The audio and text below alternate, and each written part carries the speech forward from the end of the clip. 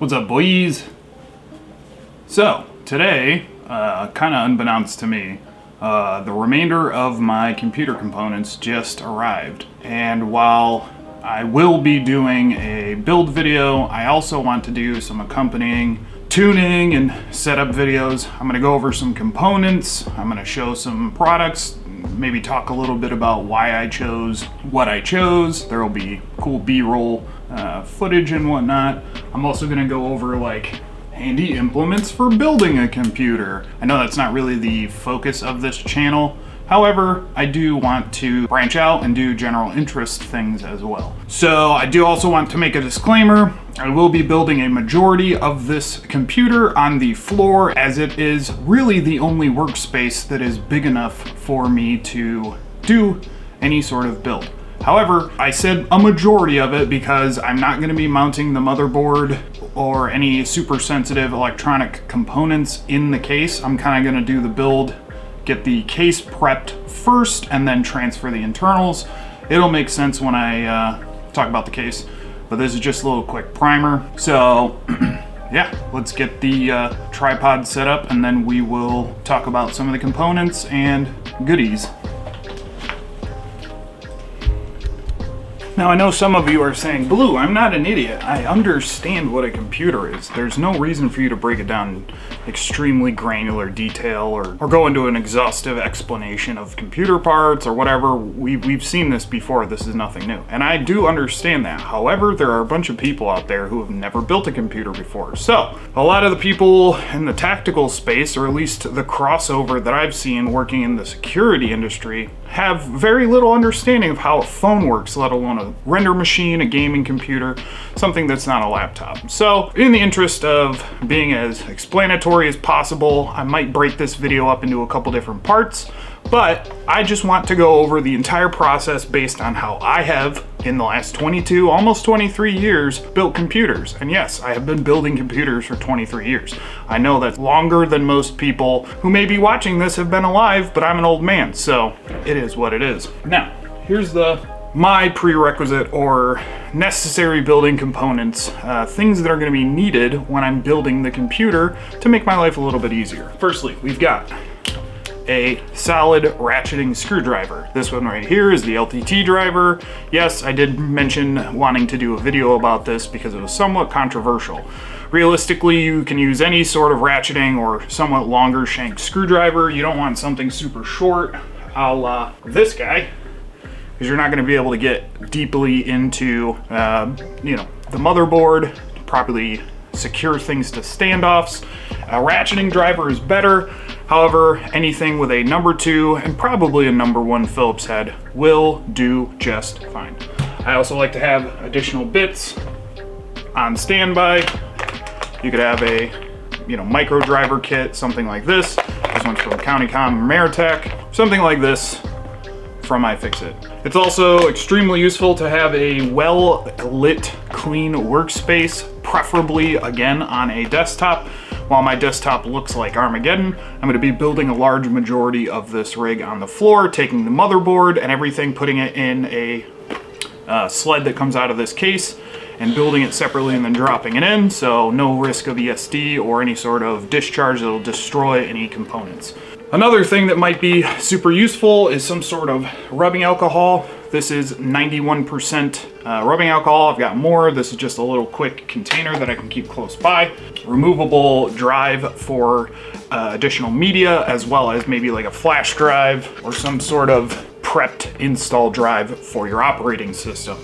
Also, in addition to having additional drives, having access that isn't that computer to the internet, whether it be your cell phone.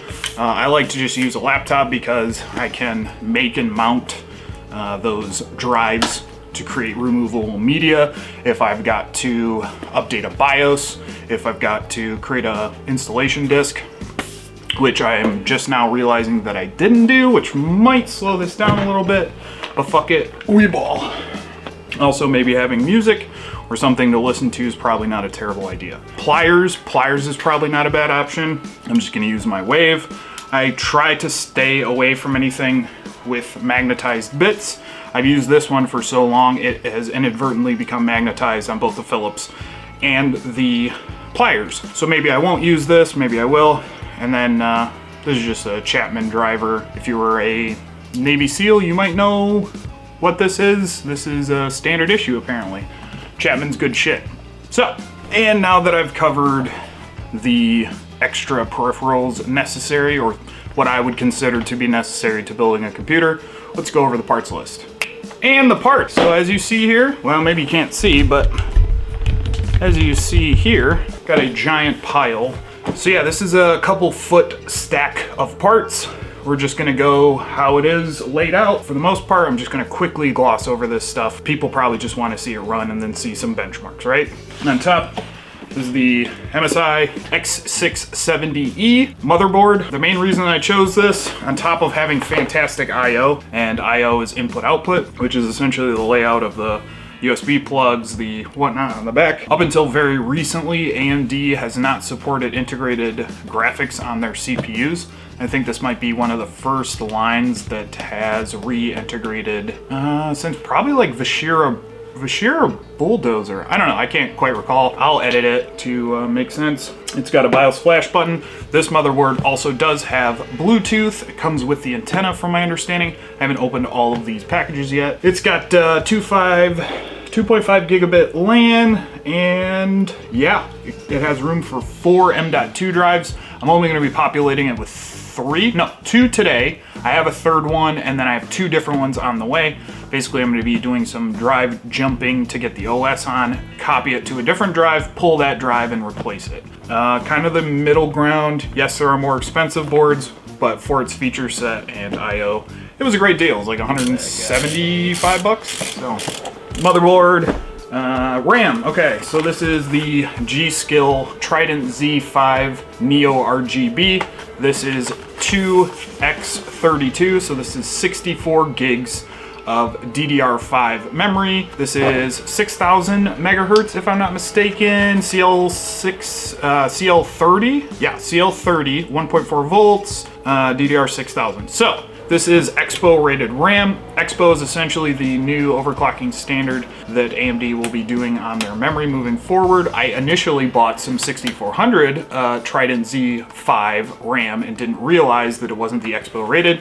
I ended up swapping it back, so if I said that it was 6400 megahertz stuff, that's why. So, the big bad boy right here. This is the AMD 7950X. So this doesn't have the 3D V-cache, but it is still a 16-core 32-thread. I don't remember the L3 cache numbers right off the top of my head. This is the second fastest commercial CPU that is offered from AMD that isn't like a Threadripper line. So yes, there are faster, but I just want to say for the Ryzen 9 series, extremely fast in render and raster stuff. This will be like 60% faster than my 1800X, if I'm not mistaken. So it should make things like editing videos, importing things, ripping all sorts of different media, just wickedly fast. And the fact that this was $700 a year ago, it was like almost $800 a year ago, if I'm not mistaken, MSRP. And I paid like five something with a discount. So that is the CPU.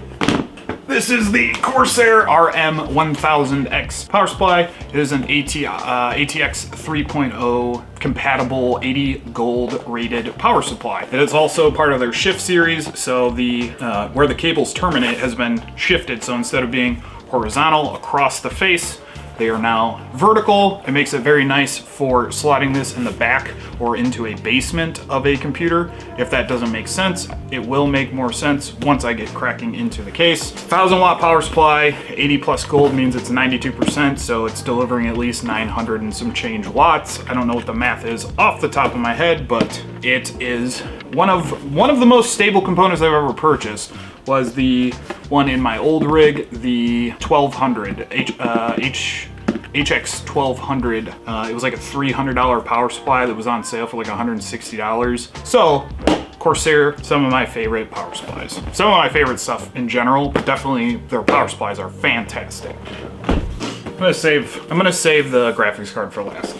All right, so if you are familiar with the 7950X. To my understanding, it is commonplace for the Ryzen 9 chips to essentially run in the 90°C range. Doesn't matter what cooler, doesn't matter if you have a full loop, water loop, or a water cooling loop, if you will. Doesn't matter if you have the best cooling equipment on the planet. They run at 90 pretty much immediately. So 5200 megahertz, 90 degrees. It's a very, very extremely energy consumptive CPU. So I decided to go with the NZXT Kraken 360. This isn't the Pro model. There was a step up to the Pro, but it was about, I would say about $100 more. Only difference is this apparently comes with 3 120mm high airflow fans that don't have any RGB on it. So I saved $100 getting this, took that $100, dumped it into more case fans for my case. The cool thing about this Kraken 360 is that it has a small little LCD screen on the pump housing, which you can program. You could have it display your temperatures, all manner of different things. Put my little 𝐵𝚂𝚒 logo on there. Maybe I'm rolling footage of that right now, if we've got that far into the build. And it is one of the more thermally efficient AIOs. Yes, it is a 360, so this is a beast. But once we get into that case, you'll see why I chose this option. I've typically run 240s in the past, and they've been nothing but completely solid, but I've always wanted to try a 360mm radiator. That's pretty much most of the components. We got one last big boy. This is a mouse pad that came with this graphics card. This right here is the MSI NVIDIA GeForce 4080 Supreme X. So this is a 16 gigabyte, big, chunky bad boy. I did want to originally, in the original plans for this build, I did originally want to go with the 4090 of the same name, the MSI Supreme X. There was a really good deal going on in Newegg around Black Friday for it, and I kind of had it in the budget, the extra money. There was a giant price difference though. So this was like about $1,200, and on Black Friday, the 4090, excuse me, was going for $1,900. So yes, that seems like a monumental price difference, and it is. It absolutely is the difference.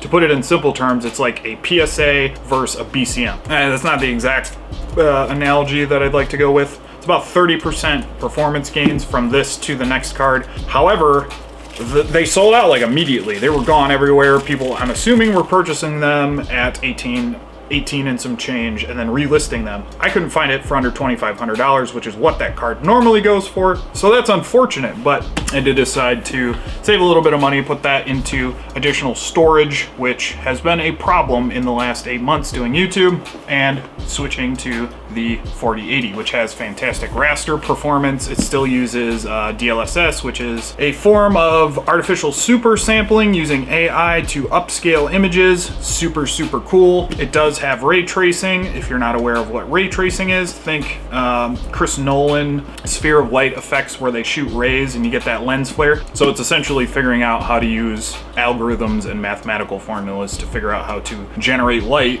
in a specific way and refract light, show shadows, show light bouncing off of things, subsurface scattering. There's a bunch of buzzwords, but this card is more than enough, and I'm assuming it will last me quite a while. So yeah, case is gonna be a little bit difficult to show off, so I'm probably just going to talk about it here and show video of me unboxing it. So this is the 𝚂𝚒𝚒𝚒𝚑 011 Dynamic Evo XL case. That's a fucking mouthful, right? This is arguably a single case solution. Doesn't matter how you want to build your computer. I mean, yes, there are some limitations based on some things, but this is a modder's dream case, I would say. It has some extremely nice tempered glass panels on the front and the side. As you can see, there's all sorts of space in this bad boy. There's mounting configurations that can be changed around, fan configurations, GPU configurations, sideways, horizontal, vertical up and down on the side. You can pack a shit ton of fans. I do believe that it has room for 3 360mm radiators, which is what I showed earlier if you're doing like an enclosed cold loop. 𝚂𝚒𝚒𝚒𝚑 also has distro plates. I'm not really going to go into that, but we'll just call it like a radiator reservoir. that holds water. That it looks super fucking cool. I'm not going to be doing any of that in this case just yet, if ever. So it's going to be a relatively toned down, you know, kind of simple build. So yeah, the I/O can be changed from front facing to side or back facing, and there's integrated mesh for trapping hair and all sorts of dander and shit that's blowing around in the air in your home. So it's, yes, this case was a little bit expensive, but the last time I bought a case this big, it was the Corsair 900D. I had 5 different builds in it, and I'm just now retiring it almost 11 years later. I bought that case after Skyrim, but before Fallout. As long as I've been watching Linus Tech Tips, that's how long I've had that case. So it's been a good case, and I think this one will get me to 2040, 2035 at least. So looking forward to it. All right, let's do some B-roll and start getting stuff prepped.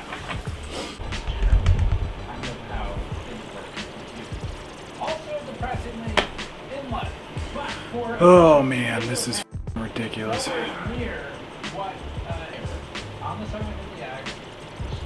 Dude, cut it out. Under my elbows. Well, lesson learned. My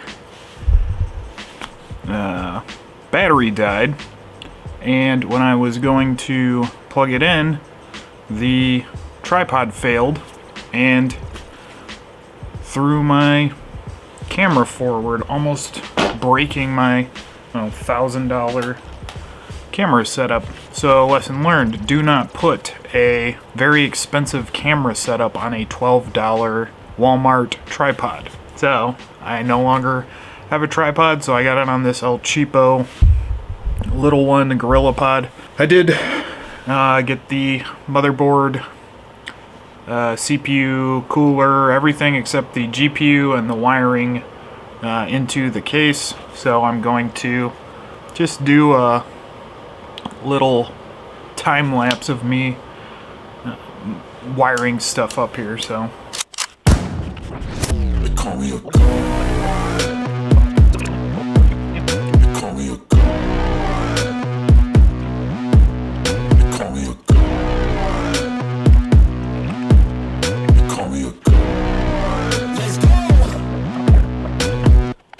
I'm about to go off like a weapon. Fuel to the top, got a filled up engine.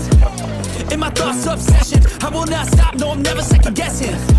I got a God complex. Haters love to hate, but I never feel pressed. Got a lot on my plate, but I never get stressed. I'll take all the pressure like I'm acing this test. Tear it up like I'm Jason. I see the world like it's ready for the taking. I see this place like a game I'm playing. Straight to the bank to collect my payments. No negotiations, it's my way, I was born impatient.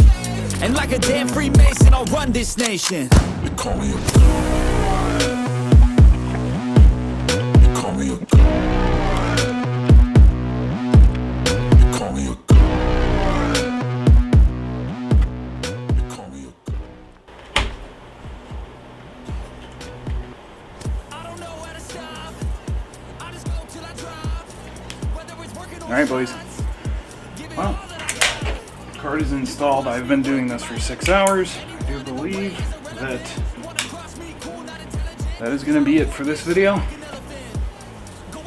And there probably will be another one later. I'll do another one, or I'll figure something out. But right now, I'm going to relax and pick shit up. So, peace. About to get real messy. I'll put you in a grave 6 feet like Kenny.